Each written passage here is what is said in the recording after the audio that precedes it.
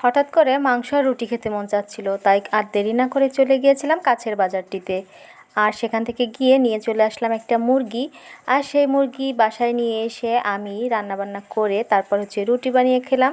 সেই ভিডিওটি আপনাদের সাথে শেয়ার করছি। তো দেখতেই পাচ্ছেন এখানে গরমে মুরগিগুলোর খুবই খারাপ অবস্থা, অনেকগুলো ফ্যান চলতেছে। আর আমি মুরগিটা কিনে নিলাম আর নিয়ে এই যে বাসার উদ্দেশ্যে এখন চলে যাচ্ছি। বাসায় এসে মুরগিটা এখন আমি কেটে নেব। তো খুব ভালো করে মুরগিটা আমি পরিষ্কার করে কেটে নিলাম। আপনারা যারা আমার ভিডিওটি দেখতেছেন প্লিজ একটা লাইক দিয়ে দিবেন, লাইক দিয়ে আমার পাশে থাকবেন। এইরকম মুরগির মাংস রান্না করতে গেলে আমি সচরাচর সবসময় মশলাটা সাথে সাথেই তৈরি করে নিই। আর এভাবে পাটায় বেটে মশলা দিয়ে রান্না করলে সেই যে কোনো তরকারির স্বাদ কিন্তু অনেক গুণ বেড়ে যায় মাশাল্লাহ। তো এখানে আমি পেঁয়াজ, রসুন, তারপর গরম মশলা সব কিছুই একে একে বেটে নিয়েছি। শুধুমাত্র শুকনো মরিচটা আমি গুঁড়া মরিচ ব্যবহার করব।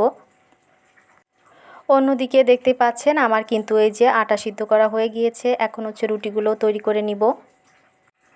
এভাবে রুটি তৈরি করলে রুটিগুলো কিন্তু অনেক ফুলকো হয়। তো মাশাআল্লাহ আমার রুটিগুলো কিন্তু অনেক সুন্দর হয়েছিল। আর ডোটা যদি খুব ভালো মতো মথে নেওয়া যায় তাহলে কিন্তু রুটিগুলো অনেক ফুলকো হয়। তো সবগুলো রুটি অনেক ফুলকো ফুলকো হয়েছিল।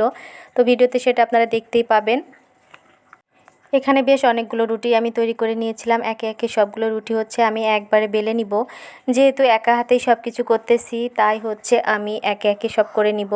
তা না হলে একটা রুটি ছেঁকে আরেকটা বানাতে গেলে অনেকটা সময় লেট হয়ে যাবে, হয়তো বা রুটিগুলো পুড়ে যেতে পারে। তাই আর রিস্ক না নিয়ে আমি রুটিগুলো আগে বানিয়ে নিয়ে তারপর সেঁকে নিচ্ছি।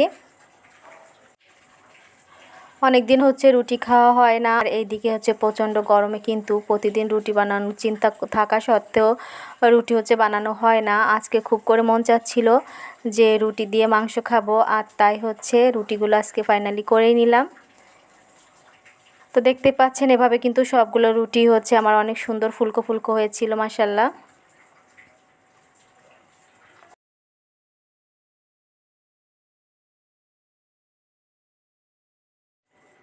রুটিগুলো একবারে বানিয়ে নিয়ে তারপর আমি মাংসটা রান্না করব। অলরেডি কিন্তু মাংস আমি সুন্দর করে ধুয়ে আলু দিয়ে একেবারে ধুয়ে পরিষ্কার করে নিয়েছি। এখানে আমি বাটা মশলাটা দিয়ে দিলাম। এখানে পরিমাণ মতো হলুদ, লবণ, শুকনো মরিচের গুঁড়া সব কিছু দিয়ে ভালো করে নেড়ে চেড়ে তারপর আমি মাংসগুলো দিয়ে কষাবো।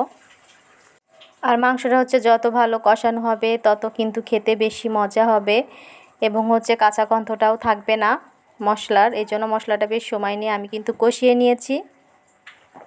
আমার এই ছোট্ট ব্লগ ভিডিওটি আপনাদের কাছে কেমন লেগেছে কমেন্ট করে জানাবেন। যদি ভালো লেগে থাকে তাহলে একটা লাইক দিয়ে দিবেন আর আমার চ্যানেলটি সাবস্ক্রাইব করে আমার পাশে থেকে যেতে পারেন নতুন নতুন ভিডিও দেখার জন্য। তো সুন্দর করে কষিয়ে আমি ঝোলের পানি দিয়ে দিয়েছিলাম। আর ঝোলটা একটু বেশি রাখবো যেহেতু এটা রুটি দিয়ে খাওয়া হবে।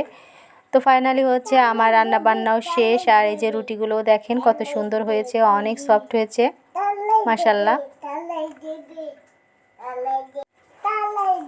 তো এই যে আমার মাংস রান্না রেডি। এতটুকুই ঝোল রেখেছি, রুটিতে খেতে এতটুকু ঝোল রাখবে এবং মাংসটা খেতে কিন্তু অনেক মজা হয়েছিল। খাওয়ার ভিডিওটুকু আপনাদের সাথে আর শেয়ার করলাম না, যদি আপনাদের লোভ লেগে যায়। সেই জন্য তো সবাই ভালো থাকবেন, সুস্থ থাকবেন। দেখা হবে নতুন কোনো ভিডিও নিয়ে। আল্লাহ হাফেজ।